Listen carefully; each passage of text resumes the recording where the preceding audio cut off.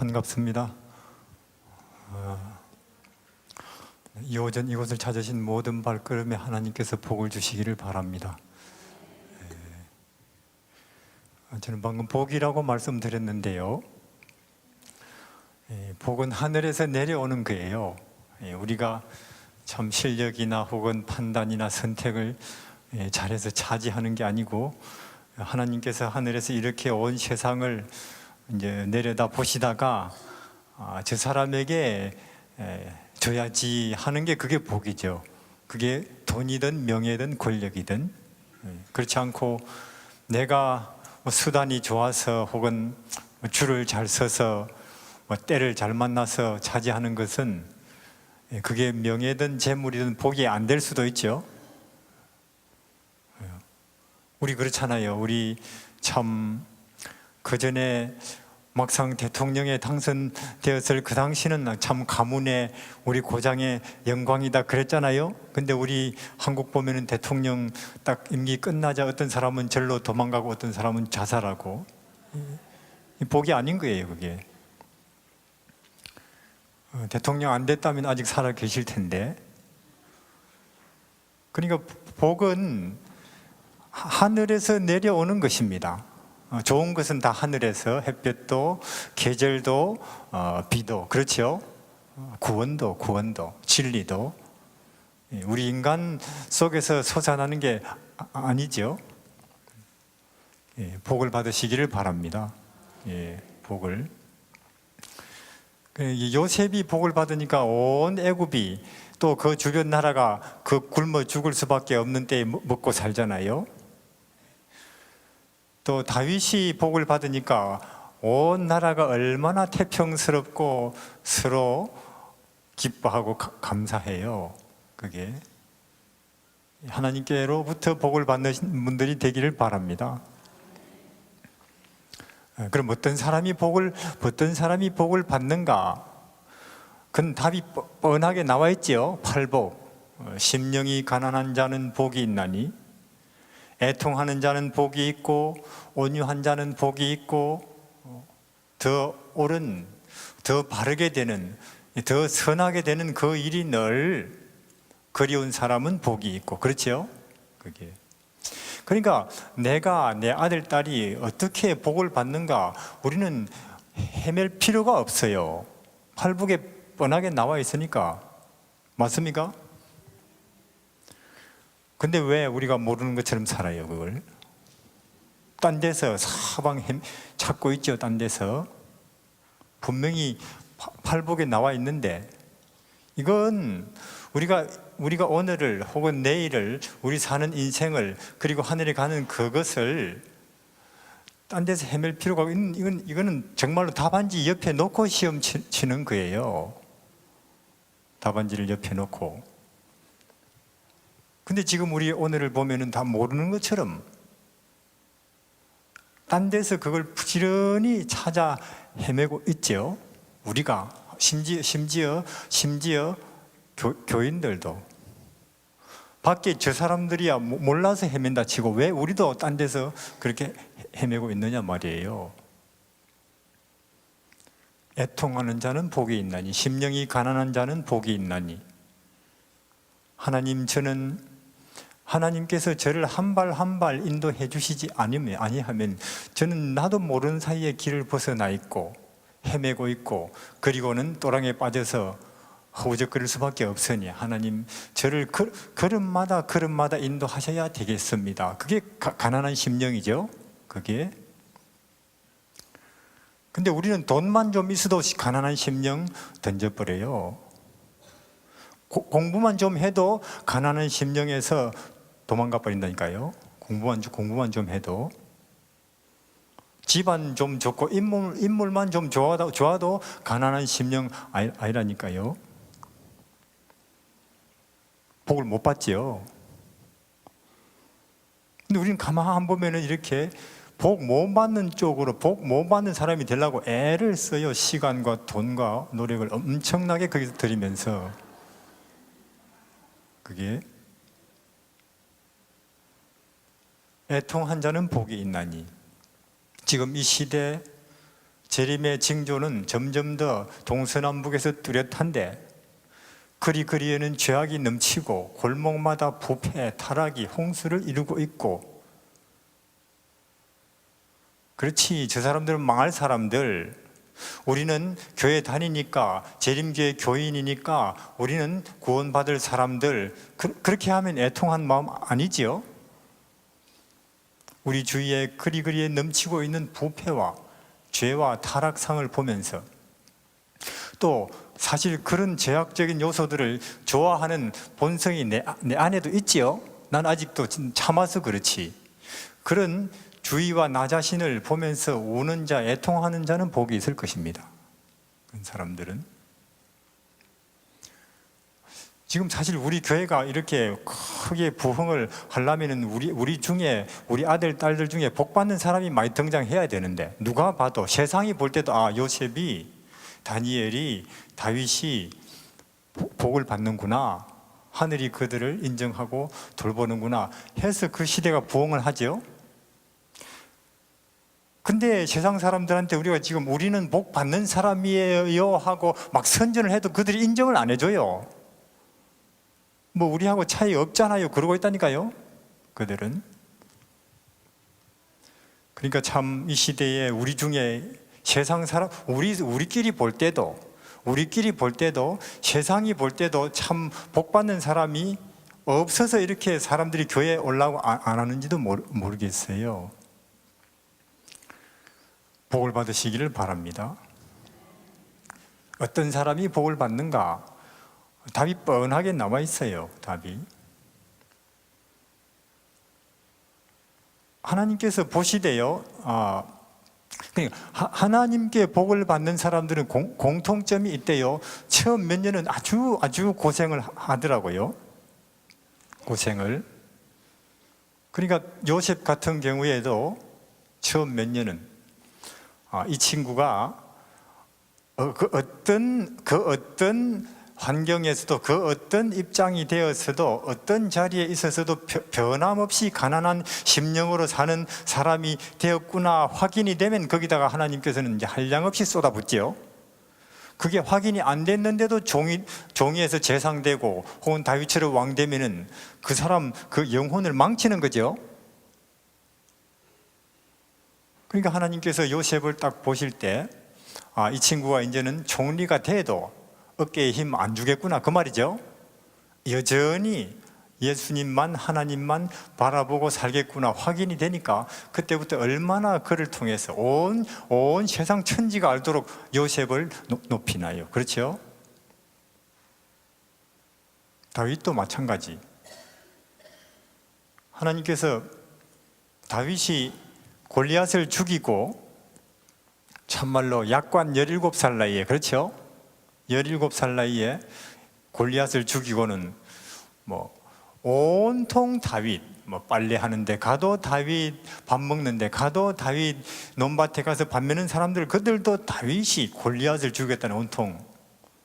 그게 다윗이 정말로 얼마나 그 마음이 자부심으로 넘칠 수 있는 입장이 되었는데, 자부심은커녕 자랑스럽기는커녕 이제 쫓겨다니기 바빠요. 그렇죠? 사울이 죽이려고 하니까. 만약에 그런 10년의 도망자의 세월이 다윗에게 없었다면 다윗은 그렇게 예수님을 대표할 만한 왕이 못 돼요. 하나님께서 다윗을 10년을 그렇게, 이제는 이 친구가 왕이 돼도 변함없이 예수님만 섬기고 바라보고 그분에게만 의지하는 그런 인물이 됐다고 확인이 되니까 이제 왕을 만드시죠. 그렇죠?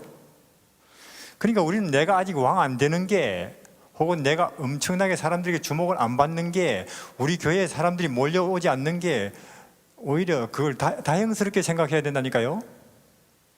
그리 됐다면 우리는 정신 잃을지도 몰라요. 현재 우리 이 상태로는.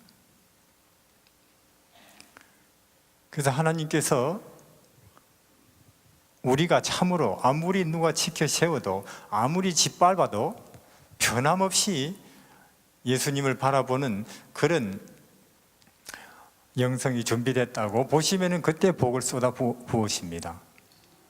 하나님께 복을 받으시기를 바랍니다. 골로새 말씀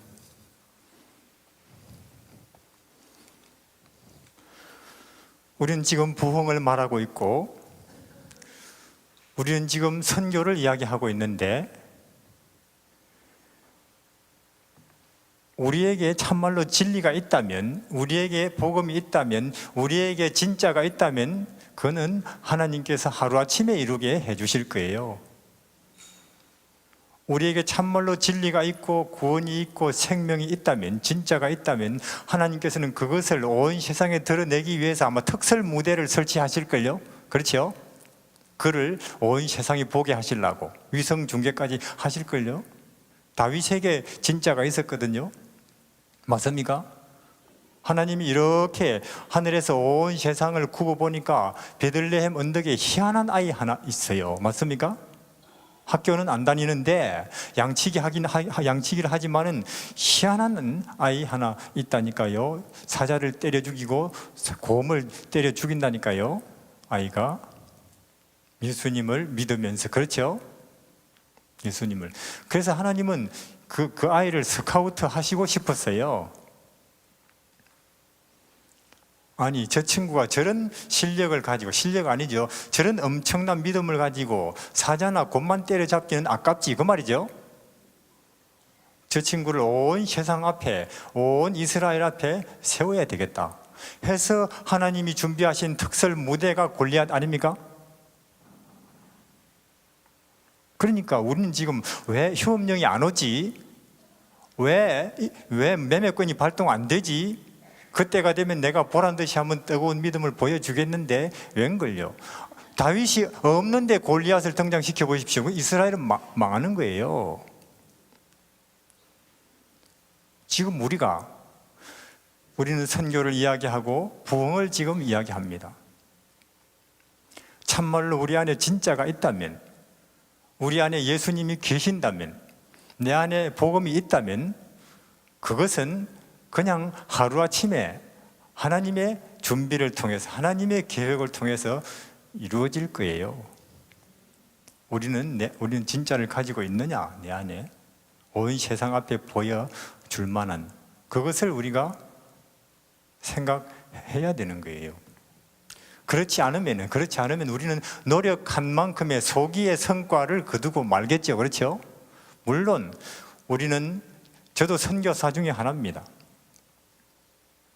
우리가 왜 중국으로 가고 중동으로 가고 콩고로 가는가? 우리가 선교사이기 때문에 가는 게 아니에요. 선교사 되려고 가는 거예요. 그럼 우리가 왜 선교사 되려고 하느냐? 복음이 들어가지 않은 곳에 우리의 헌신을 통해서 교회들이 개척되는 것을 보려고 하느냐? 그거 아니에요. 그렇게 끝없이 13억 중에, 이슬람 중에 아프리카 굶어가는 그 사람들 속에 있어 보면은 내가 아무리 아침부터 저녁까지 몇 년을 발이 닳도록 쫓아다니면서 나누어줘도, 약을 발라줘도, 복음을 전해도 하나님 이런 식으로는 안 됩니다. 한강에 돌 던지기만 하는 탄식이 저절로 나와요. 우리 이런 앤드루스 가운데 있으면은 온 세상이 믿는 사람 같죠. 온 세상이 이런 데 있으면은. 그러나 맨해튼만 가보십시오. 맨해튼만. 중국 13억 속에 가보시라니까요. 이슬람 속에, 저 아프리카에. 그런 데는 아직도 예수를 한 번도 이름도 못 들어봤고 예수를 인정도 안 해요. 그들 속에 있어 보면 아침부터 저녁까지 발이 닳도록, 목이 터지도록 우리가 선교를 하고 다녀도 저녁에 집에 올 때는 한숨이 나와요.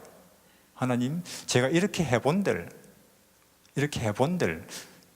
어느 세월에 하는 단식이 한강에 돌 던지기입니다. 하나님, 이런 식으로는 안 됩니다. 직접 개입하셔야 되겠습니다. 늦은비 같은 거 있다고 하셨지 않습니까? 하는 그런 단식이, 기도가 저절로 나온다니까요. 우리가 그런 기도를 할 수 있기 위해서 그런 데로 가는 거예요. 저는 우리 하나님이 우리의 그런 기도를 멸시하지 않으시라고 믿습니다. 언젠가 직접 개입하실 것을 믿습니다. 왜? 우리가 그걸 구하니까. 우리가 그걸 구하는데도 그것도 그냥 구하는 게 아니고 진심으로 구하니까. 왜 진심으로 구하느냐? 그렇지 않으면 안 될 것 같은 걸 우리가 느낄 수밖에 없으니까. 그렇게 선교지에 있어 보면은 그걸 모르겠어요. 이 이 울타리 안에만 사는 사람들은 아는지 모르겠어요. 그걸 우리에게 진짜가 있다면은 먼저 우리가 스스로 확인을 해봐야 되겠습니다. 골로새 1장 27절에 하나님이 그들로 하여금 이 비밀의 영광이 이방 가운데 어떻게 풍성한 것을 알게 하려 하심이라. 이 비밀은 너희 안에 있는 그리스도니 곧 영광의 소망이라. 2장 2절에 이는 저희로 마음의 위안을 받고 사랑 안에서 연합하여 원만한 이해의 모든 부요에 이르러 하나님의 비밀인 그리스도를 깨닫게 하려 함이라. 그 안에는 모든 것이 지식, 보화가 감추어져 있느니라. 예수 그리스도는 하나님의 비밀이지요. 저는 첫날에 말씀드렸습니다. 그 나사렛 그 아기를, 그 베들레헴의 그 아기를, 나사렛 그 소년을 마귀는 절대로 거꾸로 때릴 수 없었어요. 거꾸로 때리기는 그냥 상처 하나 입힐 수 없었어요. 그 심령에 몸은 괴롭힐 수 있고 굶길 수는 있고 땀 흘리기는 할 수 있어도 때리기는 할 수 있어도 심지어 생명은 빼앗을 수 있어도 그 정신에 정서에 마음에 상처 하나 입힐 수 없었어요. 스트레스 요만큼도 줄 수 없었어요. 마귀는 그 학력 없는 그 가난한 그 아이. 어떻게 예수는 그럴 수 있었다고요? 그 안에 비밀이 뭐라고요? 비밀이 그 안에 누가 계셨다고요? 아버지가 그것이 그 아이의 비밀이었어요. 우린 그걸 알았나요? 그 시대가 그걸 몰랐죠. 그냥 가난한 아이구만, 바보처럼 착하기만 하구만, 아무리 해도 화도 못 내네, 그냥 그 정도로만 알았어요. 그 시대가 그저 마른 땅에서 나온 줄기 같아서 볼품도 없지요, 학력도 없지요. 그러나 그 아이는 우주의 비밀을 가지고 거기 베들레헴에 누워있고 그 나사렛 좁은 골목길을 작업복을 입고 30년을 왔다 갔다 해요. 여러분들 마음속에 어떤 거대한 비밀이 있는지요? 지금 그저 내 학력입니까? 혹은 지금까지 내가 가져온 쌓아온 이 재산으로 자동차로 이렇게 다른 사람에게 나타나고 있어요? 사도 바울은 말씀하셨어요. 내가 굶어도 좋고 배불러도 좋은데, 왜냐? 내게는 능력 주시는 자가 있다는 거지요. 비밀로. 아니, 어떤 사람은 아프리카에 가서 한 달만 지내도 어서 미국으로 갔으면, 수돗물 나오는 대로, 에어컨 나오는 대로. 근데 왜 어떤 분은 4년이나 거기서 살고 있어요? 비밀이 있는 거예요. 그 안에는 예수 그리스도가 그 사람의 인내심과 그 사람의 온유함이 아니고 그 사람의 끈기가 아니라는 것. 비밀이. 근데 왜 그 비밀이 우리에게는 없나요? 똑같이 우리가 침례를 받았고 똑같이 설교를 들었고 똑같이 성경을 읽고 똑같이 찬미를 부르는데 심각하게 내 태도에 문제가 있는 거예요. 못 배워서가 아니고 우리가 덜 배워서가 아니고 복음을 대하는 내 태도가, 그렇죠? 예수를 대하는 내 태도가 상당히 하찮게 본다는 거예요. 복음을 우리가 애플보다, 마이크로소프트보다, 혹은 이런 대학 졸업장보다, 혹은 내가 몰고 다니는 자동차보다 상당히 아직도 우린 예수를 상당히 하찮게 본다는 거예요. 그래서 그분이 내 모든 것이 못되고 있고 나를 추위든 더위든 언제나 나를 기쁘게 만들고 감사하게 만들고 봉사하게 만드는 그런 능력이 못되고 있죠. 우리의 태도를 심각하게 고민해야 됩니다. 지금까지 그렇게 살아온 내 세월이 길면 길수록 그 사람 정말로 곤란한 사람이에요. 교회 오래 다닌 거 아무 의미 없습니다. 집사 장로 된 거 무의미하다니까요. 그게 그 예수 그리스도가 다윗 안에서 혹은 베드로 안에서 바울 안에서 그들에게는 그분이 생명이었고 그분이 그들에게 심장이었고 그분이 그들에게 위장이었고 그분이 그들의 혈관 속에 흐르고 있었지요. 그래서 그들을 통해서 예수님은 마음껏 그 시대의 표현이 됐고 그 시대가 복을 받았습니다. 그 나사렛 그 아이의 비밀은 아버지였어요. 우리도 이제는 우리 안에 뭔가 비밀을 좀 가져야 되겠습니다. 비밀을, 하늘의 비밀을, 알 수 없는 깊은 비밀을 가져야 될 거예요. 그게 뭔가 내 학력도 아니고 실력도 아니고 가지고 있는 재산도 아니고 내 아들, 딸도 아니고 내 안에 언제나 계시는 예수지요. 비밀을.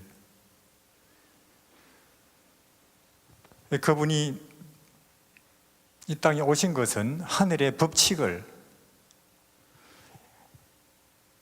그분이 온 우주를 결국은 우리 인생뿐만 아니라 우주를, 끝없는 우주를 영원히 감사와 찬송과 감동으로 충만케 하는 에너지를 쏟아내는 그런 에너지 근원이 그분은 되신 거예요. 낮아짐으로써. 그렇죠?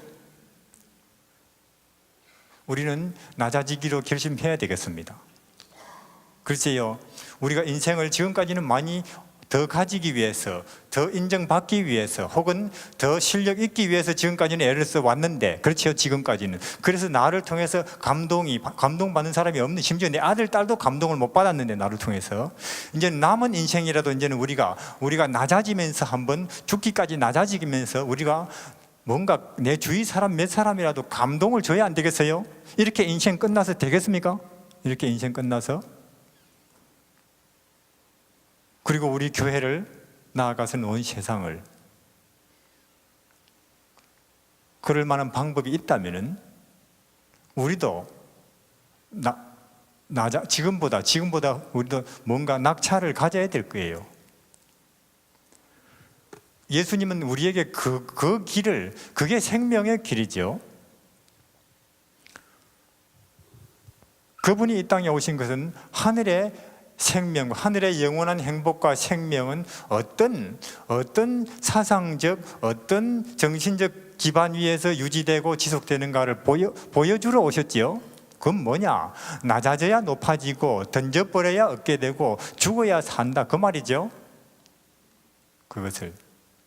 그것은 그리하면 좋다 하는 윤리적인 게 아니고, 하늘에서는 그리해야 산다는 거예요. 그게 우리가 이 땅에서 밥 먹어야 된다, 물 마셔야 된다, 숨 쉬어야 된다, 이 육체적 생명을 위해서, 그게 윤리입니까? 그리해야 살잖아요. 마찬가지로 낮아져야 되고 비워야 되고 적극적으로 내가 죽겠다는 그런 자세로 사는 것이 하늘에서는 그게 생명의 원칙이에요. 윤리 도덕 아닙니다. 그러니까 여기서 예수를 통해서 우리가 그걸 배우지 못하면은, 그걸 경험하지 못하면은, 그런 생활 원칙을 내가 갖지 못하면은 못 가요. 적응이 안 되는데요, 적응이. 그게.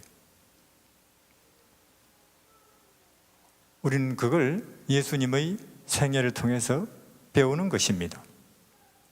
환경이. 근데 우리가 그리 할 수 있느냐? 마귀가 우리 안에 뭘 심어버렸어요? 자기 특성을 심어버렸어요. 그건 뭐예요? 자존심, 이기심, 욕심, 남을 뒤로 밀어내고라도 내가 앞에 서야 된다는, 내가 높아져야 된다, 그걸 심어놨거든요.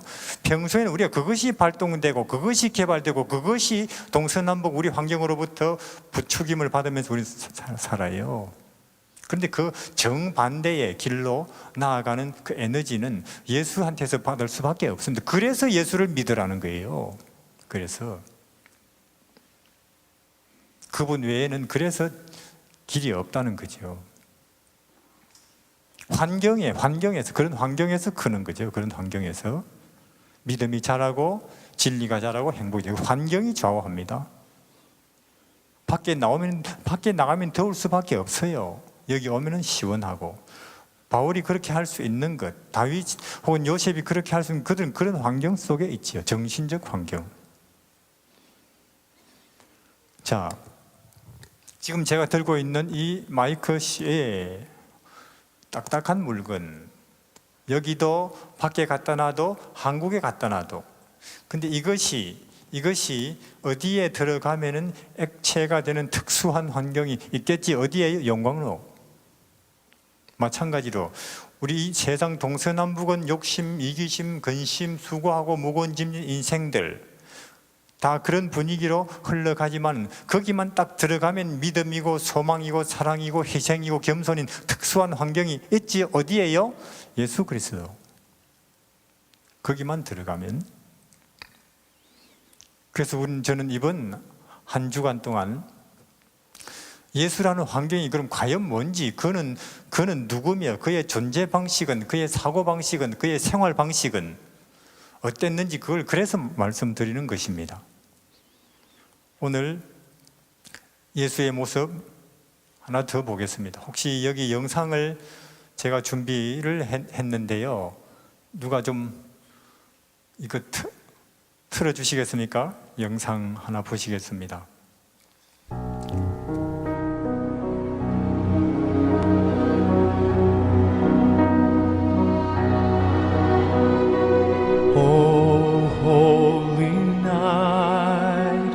The stars are brightly shining. It is the night of our dear Savior's birth. Long lay the world in sin and error pining, till He appeared and the soul felt its worth. A thrill of hope, the weary world rejoices, for yonder breaks a new and glorious morn.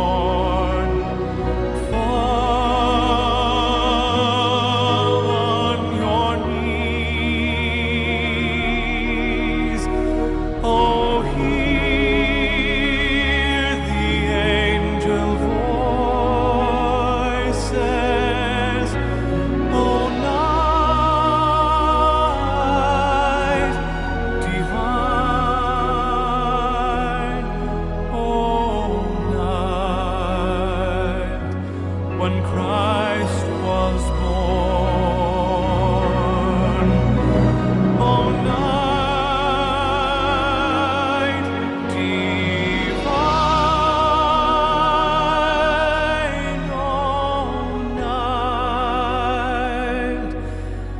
O night divine.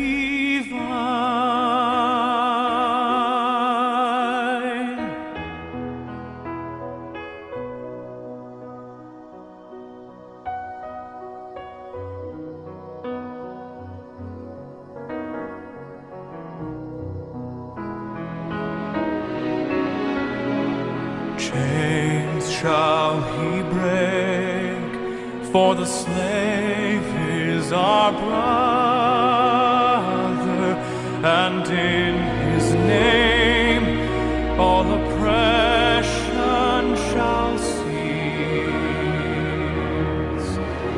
Sweet hymns of joy in grateful chorus raise we, let all within us praise His holy name.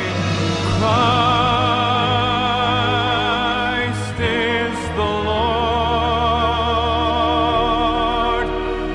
that ever praise we.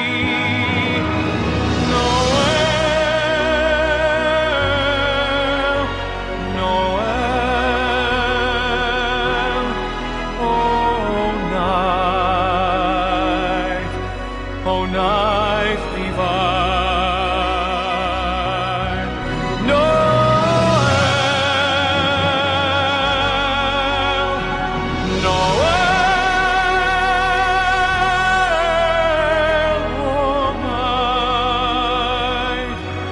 O night divine, Noel.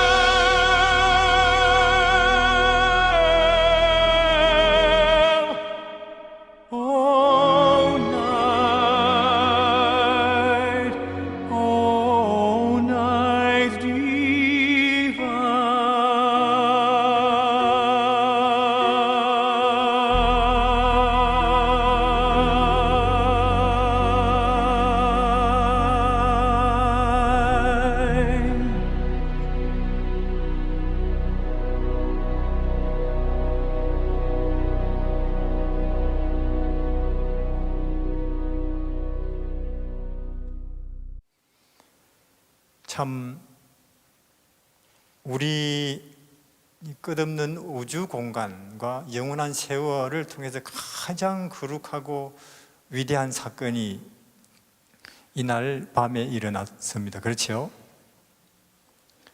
근데 아무도 거기 간 사람 없어요. 그 영원한 세월을 통해서 또한 무한한 우주 공간 속에서 가장 위대하고 가장 아름답고 신비하고 기이한 사건이 그날 밤 베들레헴 그 너무나 초라한 곳에서 그냥 짐승들 몇 명 가축 몇 마리 지켜보는 가운데 목자들 몇 명 지켜보는 가운데 그 사건이 일어났습니다. 이게 천지 만물을 창조하시고 신의 산을 뿌리채 흔들고 십계명을 돌에 쓰시고 홍해를 쪼개고 구름 기둥 불 기둥 가운데 계셨던 그분이 거기 마구간에 누워 있는 거예요. 그게 그러니까 너무나 그 거룩함의 정도나 그 의미에 비해서 그것이 너무나 의외의 장소에서 너무나 초라한 곳이 그렇게 표현되는 그것이 신비입니다. 하나님의 거룩함이고 우리는 그것을 영원히 이해할 수가 없을 것입니다. 이런 데서 저런 일이 벌어지나? 우리는 지금 여기 많은 돈을 들여놓고 참 이 좋은 장소에서 지금 이런 모임을 진행하고 있지만 사실상 더 중요하고 의미 있는 일은 전혀 딴 데서 아무도 모르는데 지금 진행하고 있는지도 몰라요. 우리 여기 이렇게 하고 있지만은 그러한 하나님을 아는 것을 영생이라고 합니다. 우리 여기 보면은 천사들이 이렇게 노래 부르잖아요. 13절에 2장 13절에 홀련히 지극히 높은 곳에서는 하나님께 영광이요 땅에서는 기뻐하심을 입은 사람들 중에 평화로다. 사실상 이 노래는 지금 우리 대총 회장님 위시해서 모든 지회장님과 모든 우리 교회의 지도자들 다 모이고 우리 교인들 다 모인 데서 이거 불러야 되는 노래 아닙니까? 온 우주가 다. 천사들은 이 노래 턱창 부르기 위해서 얼마나 기다렸고 얼마나 연습했겠어요. 그날 베들레헴 언덕에 천사들 다 왔거든요. 하늘이 텅 비었죠. 왜? 지구에 와버렸으니까 하늘이. 사실 이 노래는 온 인류가 들어야 되는 거예요. 인류는 제껴놓고 교인들은 다 들어야 되는데 이 노래를 넋을 잃고 들어야 되는데 근데 천사들이 당황했겠죠. 아니 이 노래를 우리가 준비해 왔는데 들을 사람들이 없다는 거예요. 이걸 들을 사람들이. 근데 다행스럽게도 몇 명 목동이 있었죠. 목동 몇 명이 있었어요. 목동 몇 명이. 천사들은 아니 있네 몇 명이라도 부르자 하고는 그들이 이 노래를 정성을 다해서 부르고 정성을 다해. 저는 그런 천사들의 정서가 지금 궁금해요. 아니 그냥 몇 명 목동들 앞에 딱 차렷자시하고 온 천사들이 정성을 다해서 노래를 부르고는 우리 불렀지 하고는 우리가 가자 하고는 기뻐하고 즐거워하는 그 천사들의 정서가 궁금하고 기이하다니까요. 그들은 우리하고 정말 틀리죠. 구조가 틀린 거예요. 여기 구조가 우리하고. 그런 하늘이 가고 싶어요. 이런 정서를 가진 존재들이 산다길래 가고 싶은 거예요. 저는 거기가. 그러나 예수님이 그 하늘에 천지 만물을 지으시고 홍해를 쪼개고 신의 산을 뿌리채 흔들고 구름 기둥이나 불 기둥 그 가운데 계셨던 그분이 이 땅에 오셔서 그렇게 이상하고도 기이하고도 신기하게도 그 인생을 시작해요. 그 이상한 장소에서. 우리는 그걸 아름다움이라고 그래요. 그런 것을 선하다고 하고 그런 것을 참되다고 하고 그런 것을 기이하다고 하는 것입니다. 그러나 이거는 정말로 우리 정서하고 틀리잖아요. 어떻게 신이 그럴 수가 있나? 그러니까 우리가 하늘과의 거리는, 하늘과 우리의 거리는 이런 물리적 거리가 아니고 몇만 광년이라든지 몇 억만 킬로미터 이런 물리적 거리가 아니고 이건 정서적 거리예요. 정서적 거리. 하늘은 그런 데죠. 그런데 큰 자가 낮은 자를 섬기고, 어떻습니까? 지금 오늘 여기 우리는 그 하늘의 원칙과 하늘의 정서에 내 정서가 거리적으로 상당히 가까워져 있습니까? 그것이 무한한 거리죠. 이거는 정서적 거리예요. 거기와 우리의 거리는 마치 왔다 갔다 하는 강아지가 우리를 모르듯이,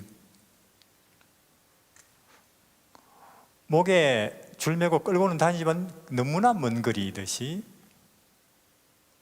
예수님의 나라와 우리의 나라는 너무나 먼 거리에 있습니다. 근데 이제는 그렇게 그 인생을 시작해서 이제는 30년을 표도 안 내고 나사렛 그 좁은 동네에서 사는데,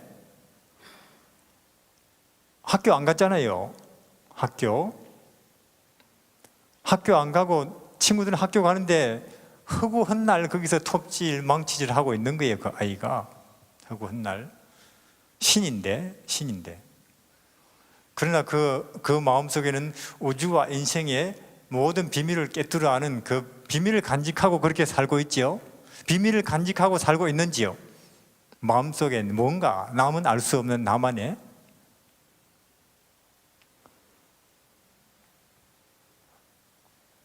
모르겠어요. 그 아이가 어느 날은 자기 또래 아이들이 내일은 우리는 학교에서 소풍 가지 그런 이야기 들었는지도.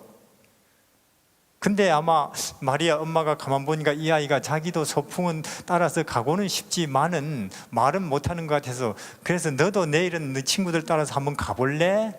하는 이야기를 했는지도 모르죠. 얼마나 그 아이는 기뻐했는지 모르겠어요. 그렇죠? 나도 한번 아이들하고 친구들하고 소풍이라는 걸 가볼까? 간다는 거죠.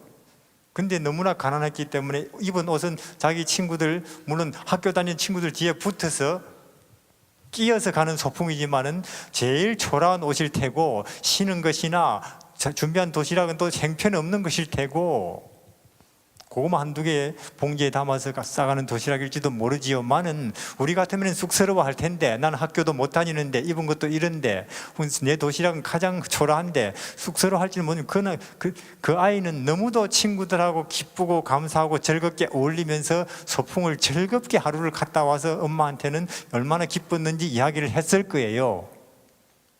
그날을 목수했다는데, 제 전설에 의하면은 아마 우리처럼 이렇게 상당히 뭔가 갖춘 목수간이 있었던 게 아니고, 전설에 의하면 떠돌이 목수였다네요. 그냥 자루에다가 톱, 망치, 끌 몇 개 넣어서 걸머 메고는 골목골목 다니면서 의자 고칠 거 없어요? 부서진 울타리 고칠 필요 없습니까? 침대 혹시 수리할 필요 없습니까? 하고 이 집 저 집 기웃거리면서 다니는 목수.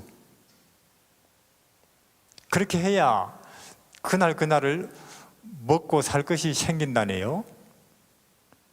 나사렛 골목골목을 다녀봤지만 아무도 그 일거리가 없으면 그 이웃 말로 오늘은 가볼까 하는 그 목수가 신이에요. 30년을 그것도. 그래서 저는 여러분도 그렇겠지만 지금부터 앞으로 30년은 저는 아무것도 알잖아요. 아무것도 아니니까 앞으로 30년은 누가 아무도 나를 몰라줘도, 그리고 나를 무시하고 짓밟아도 앞으로 30년은 아무 불평 없이, 30년은 아무 스트레스 안 받고 살아가야 되겠구나, 그렇게 해야만 되는구나 하는 것을 예수를 보고 알았어요. 그걸 도 닦는다고 알겠어요? 예수를 보고. 그분은 신인데도, 천지 만물을 어떻게 창조했는지 그 비밀을 알고 있는데도, 홍해가 어떻게 하면 쪼개지는지 그걸 알고 있는데도, 하늘에서 어떻게 양식을 비처럼 내리는지 알고 있는데도 30년이나 그렇게 이 집 저 집 부서진 의자 고쳐주고 책상다리 고쳐주고 울타리 고쳐주고 하는 그런 세월을 30년을 지내면서도 여전히 즐겁고 여전히 기쁘고 여전히 사람들을 어떻게 하든 도우려고 하는 데서는 그 나사렛 예수가 우리에게 하나의 신비로, 아름다움으로, 저것이 선으로, 참의 본질로 다가와야 돼. 그게 가치로 우리에게 느껴져야 되는데, 모든 것을 다 뒤로 던져버리고라도 저건 내가 추구하고 따라할 가치로 우리에게 인식이 돼야 되는데, 바울처럼 우리는 아직도 그분을 왜 믿는가? 하늘나라 데리고 간다니까. 그리고 몸 안 아프게 해준다니까. 그리고 내 하는 일이 잘 되게 해준다니까. 그건 미신이에요. 계속 우리가 그래서 믿는다면 미신이에요. 계속 그래서 믿는다면. 처음에는 우리가 그런 이유 때문에 그분에게 오지만 나중에는 그가 나를 죽이실지라도, 우리의 양이 없고 외양간에 소 없고 무화과나무에 열매 없어도 나는 저분의 저런 선하심과 아름다우심과 기이하심, 그 모습으로도 나는 만족해요. 결국은 그렇게 돼야 그게 우상숭배에서 벗어나는 거거든요. 그게 그런 그분의 30년이 아무리 봐도, 사실 베들레헴에 태어나신 그 모습, 그것만 해도 아무리 들여다봐도 거기에서는 결론이 안 나요. 눈을 떼기가 어렵잖아요. 어찌 이럴 수가 있나, 세상의 신이 이런 자리에 마구간에 누워 있을 수 있나. 정서가 용량이 모자란다니까요. 그걸 이해하고 분석하고 소화시킬 용량이. 그래서 성령의 도우심을 받을 수밖에 없어요. 하나님, 제가 이 어마어마한 표현을, 신의 비밀을, 영광을 이해하고 소화할 수 있게 해주십시오 하는 성령의 도우심을 구할 수밖에 없다니까. 이 베들레헴 그 사건 하나만으로도. 베들레헴. 근데 그건 시작이에요. 그분의 자기 표현에 그건 아직도 시작에 불과합니다. 그렇게 시작하더니만 이제는 뭔가 좀 특별하게 태어났으니, 하늘에서 내려왔으니 이제는 뭔가 좀 표현하려고 나타낼까 하고 이렇게 들여다보고 있는데도 그냥 30년을 작업복 입고 골목만 왔다 갔다 해요. 그것도 아무리 생각해도 아직도 제 정서 용량은, 이해력은 그것을 소화 못 시키고 있어서 아직도 들여다봐야 돼요. 계속. 그것이 어렴풋이 이해되고 그것이 어렴풋이 보이면서 거기에서 하늘이 열리더구만요. 그것이 무엇이 자유인지 조금은 알겠고, 이 세상 비교나 평가로부터 혹은 나 자신의 본성으로부터 자유케 된다는 것이 무슨 의미가 있는지. 참말로 그 나사렛 예수 알면은 우리 인간에게 그런 구원을 주는 어떤 신이 있으며 이론이 있으며 철학이 있으며 이념이 있겠습니까? 그런 나사렛 예수가 아니면은. 그렇게 몫으로 30년을 그렇게 사셨는데, 이제는 드디어 30살이 차고 공생애를 시작을 하셨는데, 정말로 두루 다니면서 기쁜 소식을 전하고 모든 병을 고치고 약한 것을 치료하시면서 끊임없이 선을 행하시잖아요.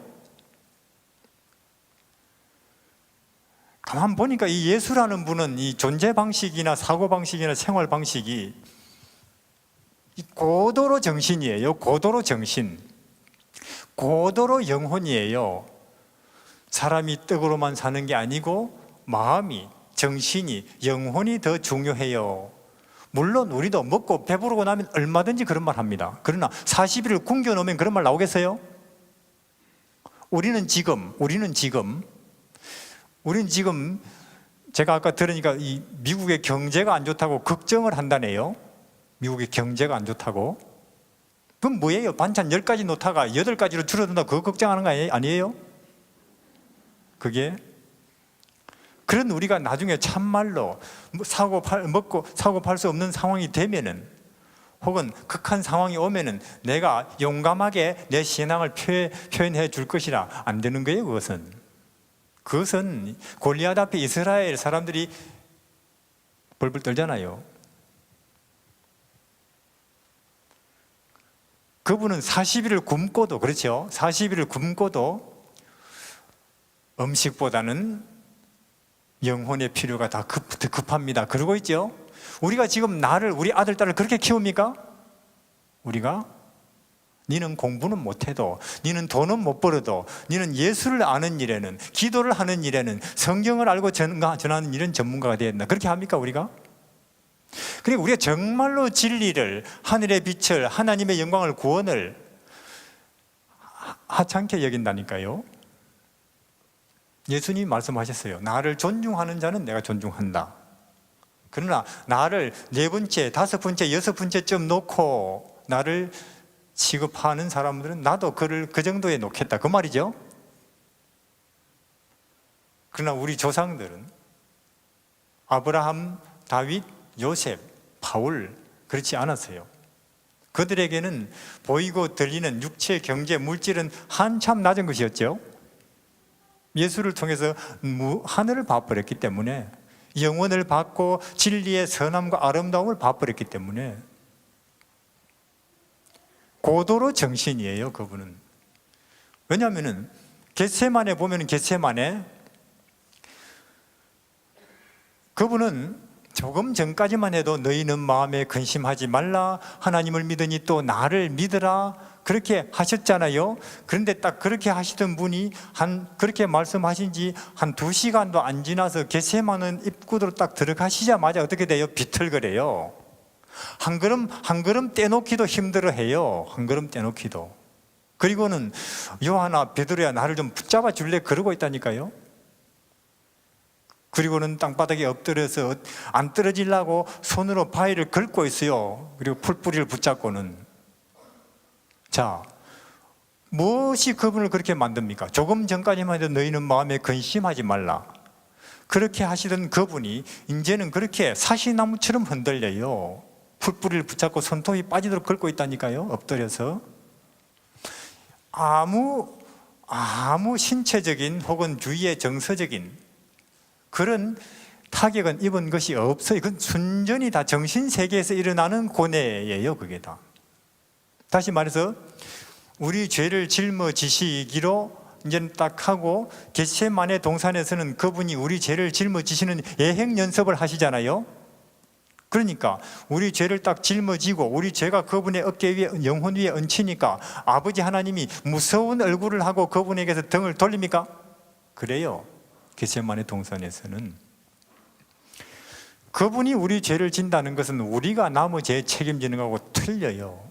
제가 운전하다가 친구랑 둘이서, 내 친구가 운전하다가 차를 들이받아가지고 남을 죽였어요. 그러면 제가 친구, 니는 부모도 있고 가족도 있으니까 나는 혼자고 내가 운전한 걸로 하자. 그러면 내가 감옥 가겠죠. 그러나 나는 감옥 생활은 하지만 적어도 좋은 일 한다는 만족감은 있겠죠.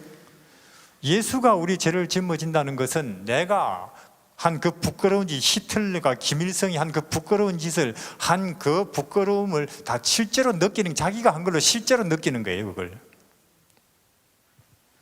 그게 얹히니까 아버지 하나님이 무서운 얼굴을 하고 그분에게서 등을 돌리는 거예요. 그것이 너무도 그분은 고통스러워요.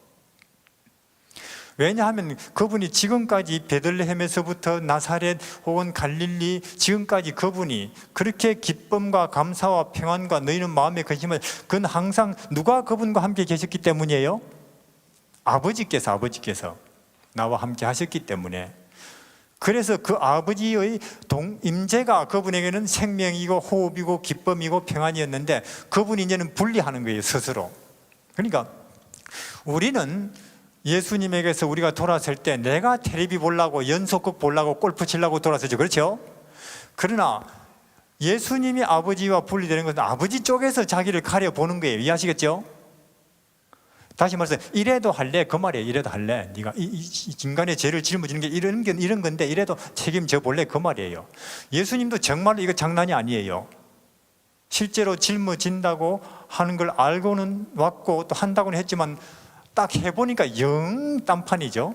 그 고통이 말하자면 이것은 그분은 아버지와 그분은 완전히 생명관계로, 진리, 영원한 생명관계로 밀접하게 연결되어 있었거든요. 자, 제 아들과 제라 할지라도 생명관계는 아니에요. 제 아들이 이 아파도 저는 잠 자요. 안 아파요. 그러나 제 어깨하고 제 팔은 생명관계입니까? 제 어깨에서 제 팔을 뜯어내 보세요. 제가 얼마나 아버지와 예수님의 관계는 그런 관계였어요. 근데 이 육체적 연결보다도 영적, 영혼의 연결은 더 강력하잖아요. 근데 그것이 분리되는 거니까 그분이 비틀거리고 어쩔 줄을 모르는 거예요. 그러니까 예수 그리스도의 심장은 이미 그때 결정적인 타격을 입고 있었을 것입니다. 그 고통이 너무도 커서. 그래서 웬만하면 하나님 이거 안 하면 안 됩니까? 그런 말씀 안 하세요, 그분이. 그러나 그 고통이 너무도 커서 한 번은 베드로가 졸았잖아요. 그래서 예수님이 기도를 하시다가 피땀을 흘리시다가 베드로 좀 나를 어떻게 위로 한마디 말이라도 니라도 옆에서 아닙니다. 당신은 우리 죄를 위해서 희생하는 것입니다 하는 그 위로의 말을 한마디라도 해줄래? 하고 갔는데 자고 있어요. 왜냐하면 그 순간은 예수님은 절대 고독이에요.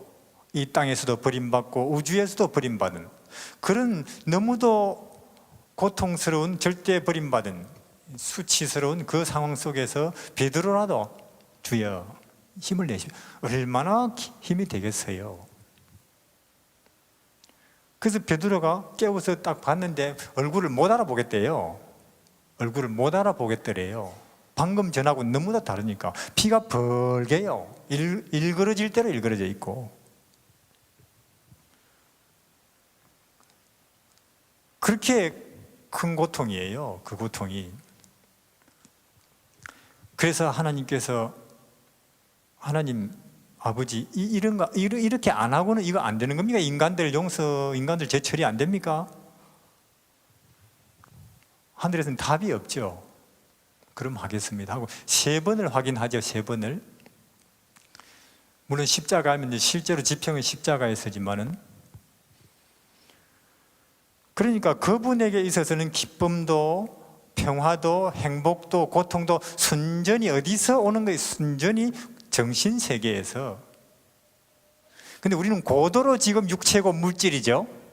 감각이고. 우리는 지식이 있어도 그렇고 없어도 그렇고 우리는 고도로 감각이고 육체고 물질이고 감정이에요. 고도로. 이런 우리가 살리는 것은 육이 아니고 영인데 어떻게 영의 세계로 점점 우리가 올라가는 그런 삶을 살 수가 있을까요? 예수 외에는 없어요. 예수 외에는.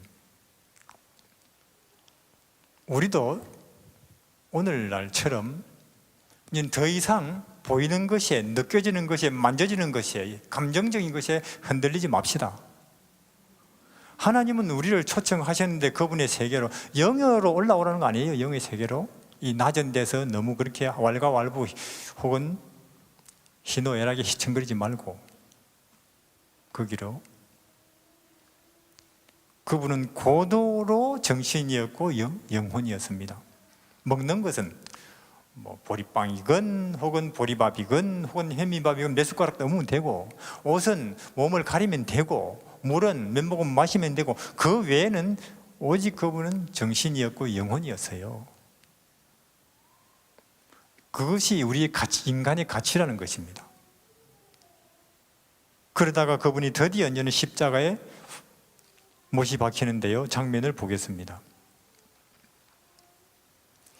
우리는 이런 예수를 우리의 정신의 환경으로 삼아야 되겠어요. 우리의 정신이. 그게 자유입니다. 누가복음 23장 42절에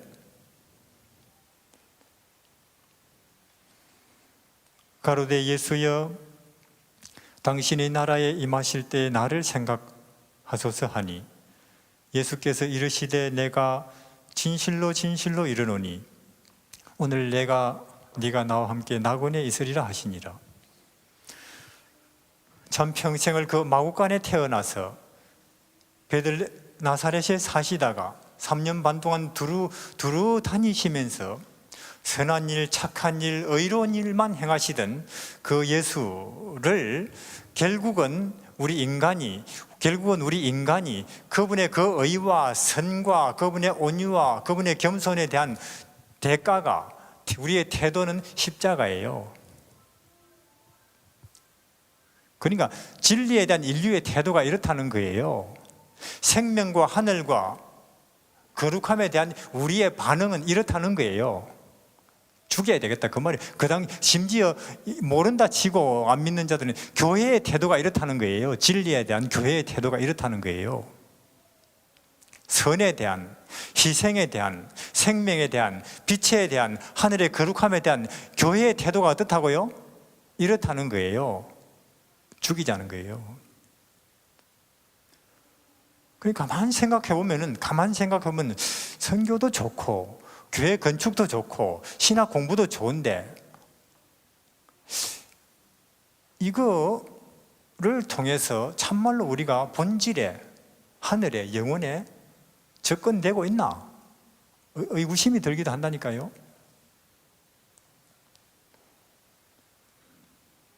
우리도 아마 이 시대에 우리는 적당히 진리와 빛과 어둠을 섞어서 이렇게 갖고 있기 때문에 우리끼리 잘 사는 거예요. 세상에서도 별로 우리 배척 안 받고. 그러나 만약에 우리를 통해서 순수 진리가 나타나면, 순수 하늘이 나타나면, 순수 예수가 드디어 표현되면 세상은 우리를 3년 반 이상 안 참아줄걸요. 왜냐하면 여러 재림의 징조가 있어요. 난리, 지진, 오염, 복음이 땅 끝까지 전파되는 것. 그러나 다니엘서에 보면은 반드시 한때, 두때, 반때를 지나서 성도들의 권세가 다 깨어지기까지니 그제야 뭐가 온다고요? 그러면 하나님 백성들의 권세가 다 깨져버려야, 그러면 우리 하나님 백성들의 가장 기본적인 권세, 즉 인간 모두에게 주어져 있는 가장 기본적인 권세는 재산권, 생명권 아니에요?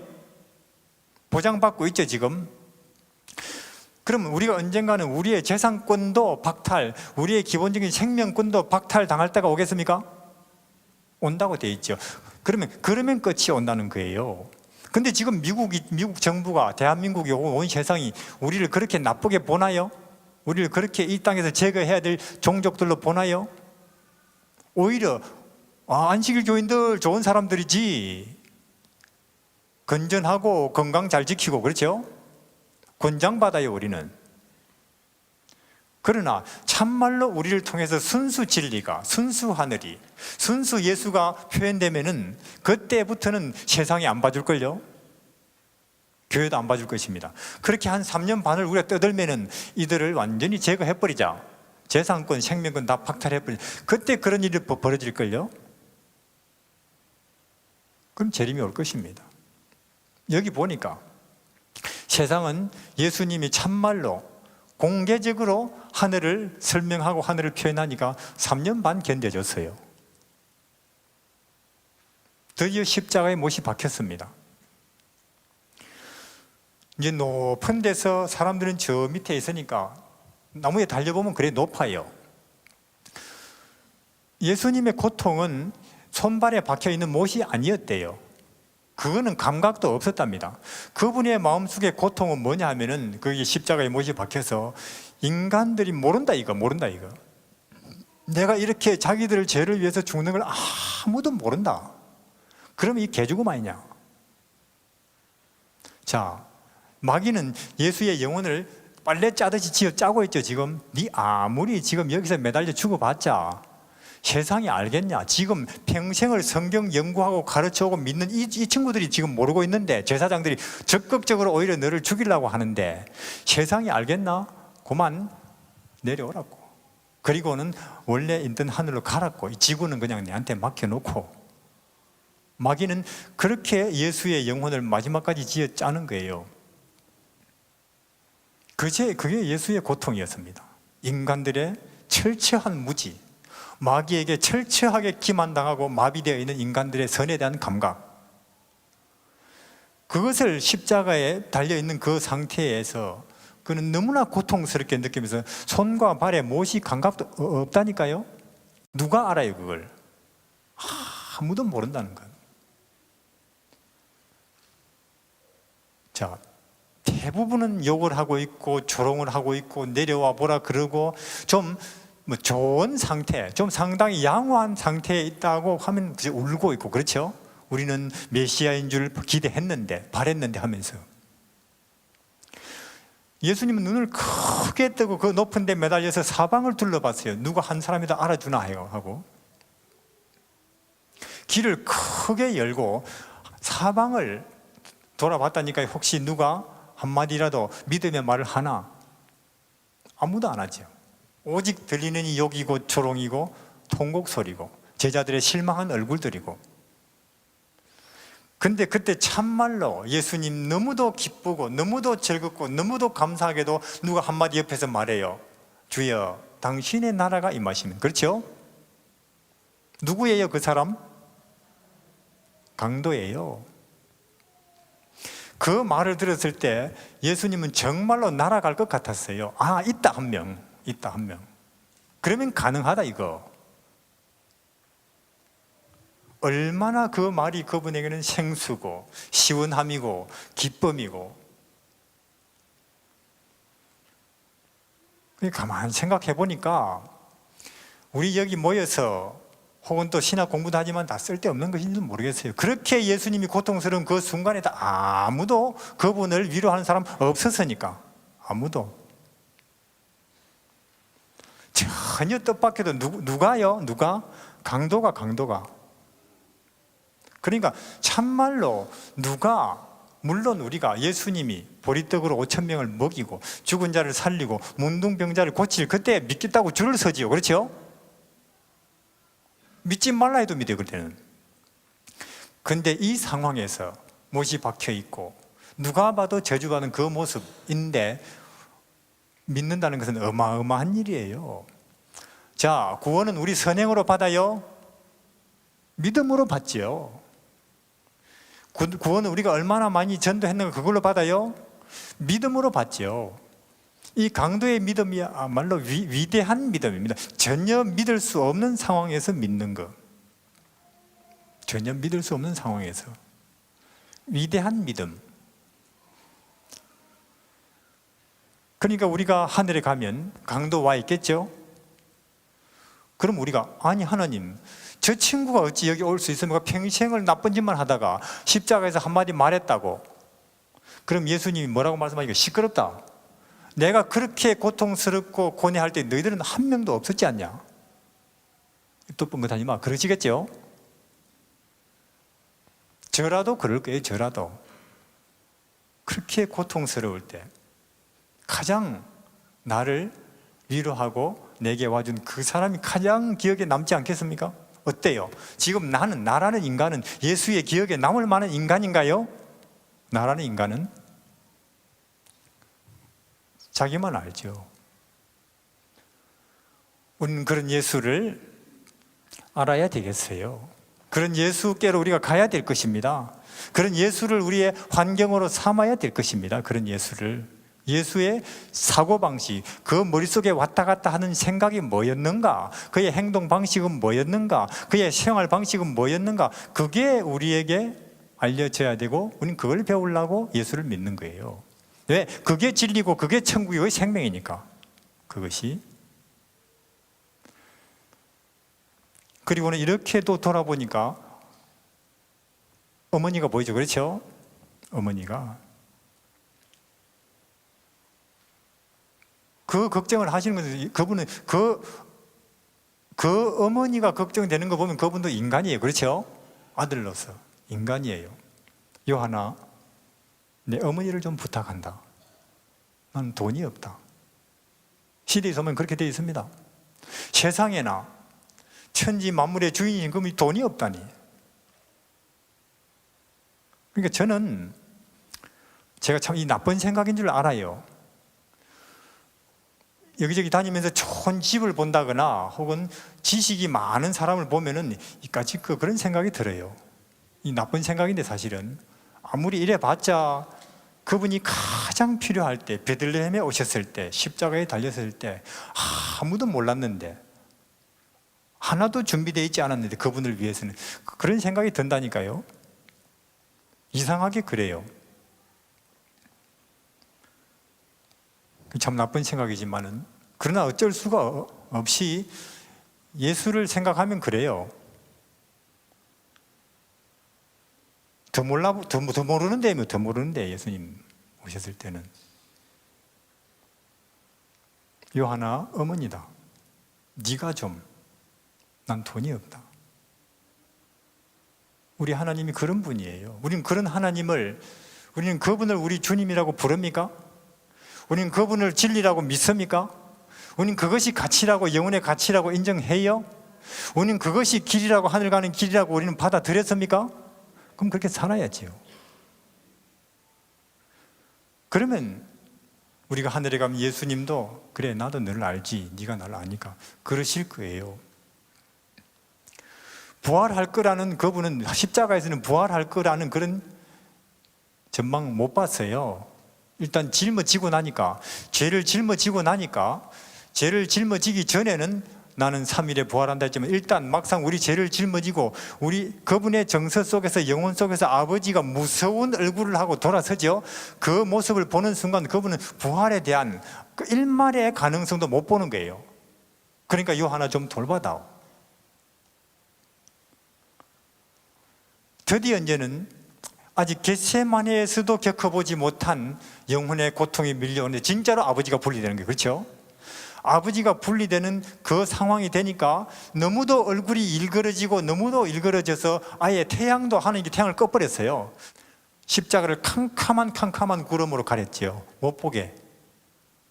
그 구름 속에서 결국 그분은 아버지 하나님과 인성으로는 영원히 이별을 경험하면서 심장이 터져버렸어요.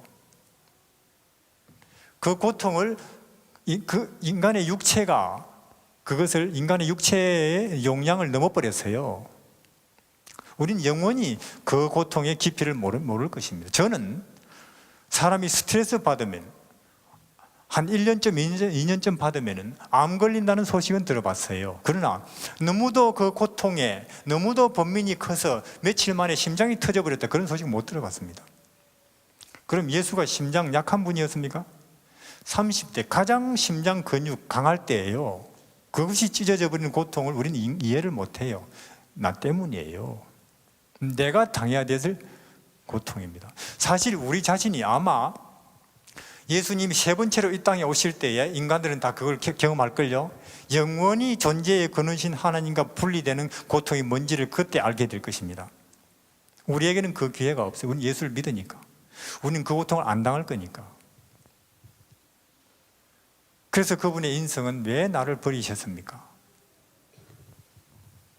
그 말 딱 해놓고도 생각해보니 그건 믿음 없는 말이거든요. 그래서 온몸에 세포, 핏줄, 근육, 구석구석을 다 뒤져서 마지막 남아있는 힘을 짜모아가지고 치약 짜듯이 한마디 또 믿음의 말을 해버리죠. 내 영혼을 아버지께 의탁합니다. 모든 에너지를 다 쏟아서 믿음의 말을 한번 해버리고 나니까 죽어버린 거예요.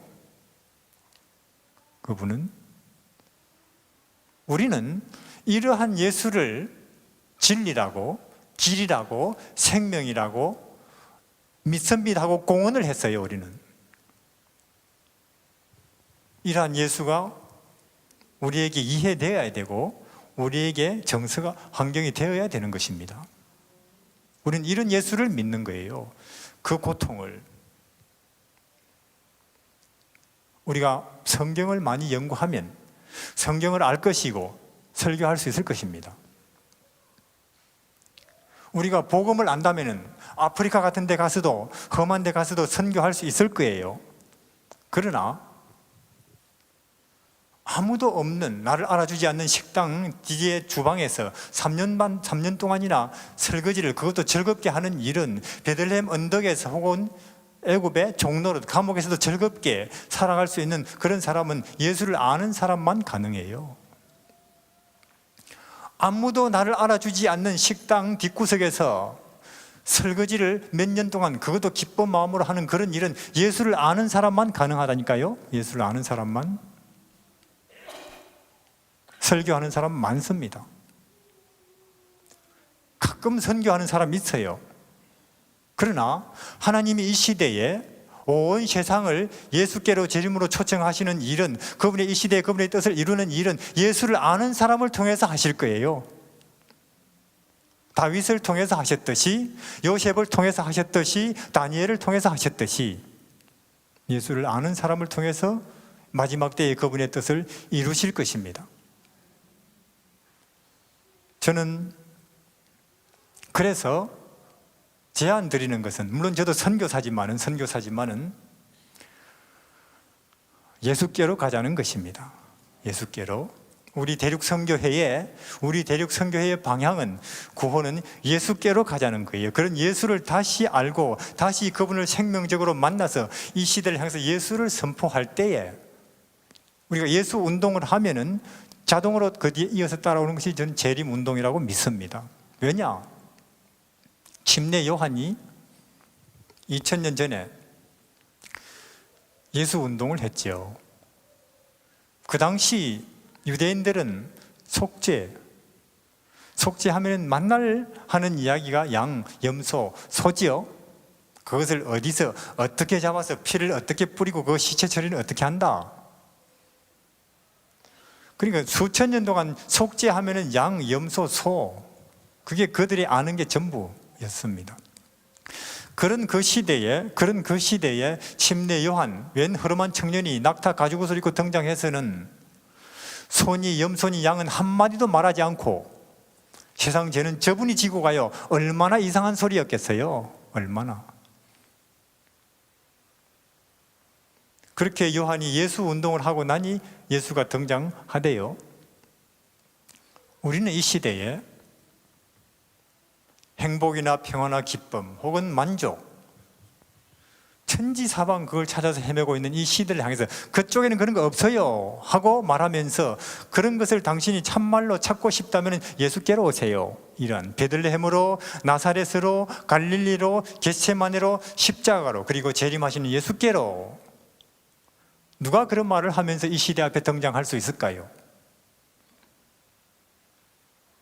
다시 말씀드리지만 우리가 성경을 알면 설교할 수 있을 것입니다. 우리가 복음을 알면 고생스럽더라도 선교할 수 있을 거예요. 그러나 이 시대에 하나님은 예수를 아는 사람을 통해서 그분의 뜻을 이루실 것입니다. 예수께로 운동에 참여하시고 이 시대의 앞에 예수를 드러내는 일에 하나님의 도구 되시기를 바랍니다. 감사합니다.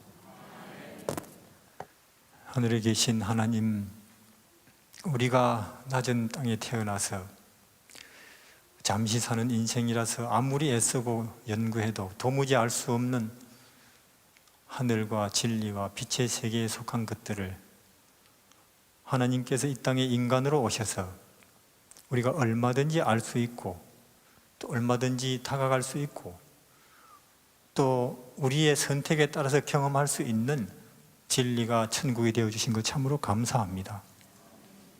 우리가 예수를 안다면 진리를 아는 것이고, 우리가 예수님을 본다면 천국을 보는 것이고, 우리가 예수님을 모신다면 우리는 은혜의 천국을 소유하는 것입니다. 그런 자들에게 또 더 영광스러운 구원, 재림과 함께 영광의 천국도 올 줄을 믿습니다. 마귀는 이미 십자가에서 패한 존재입니다. 그의 주장은 틀렸다는 것이 판명났습니다. 이기심과 성공과 명예와 부에 우리의 행복이 있지 않고 예수님께 그것이 있다는 것은 결론이 난 사실입니다. 그러나 우리는 아직도 어쩐지 마귀의 유혹과 기만에 당하고만 있습니다. 이는 우리가 아직도 예수님께 멀기 때문입니다. 주의 오실 날은 가까운데 이 시대에 길이 있어야 하는데, 주여, 그들은 예수님을 아는 사람들을 통해서 준비될 것입니다. 주여, 이 교회를 다시 한번 택해 주시고 우리 마음에 교회의 성령께서 임하셔서 우리로 하여금 예수가 우리에게 누구신지 똑똑히 알게 하여 주시고 그 안에 있는 하나님의 깊은 비밀을 깨달아 알게 하여 주십시오. 우리 이번 이 야영 집회를 통해서 우리 다시 한번 예수님을 알기로 가까이 나아가기로 결심하게 하여 주십시오. 주 예수님 이름으로 기도드립니다. 아멘.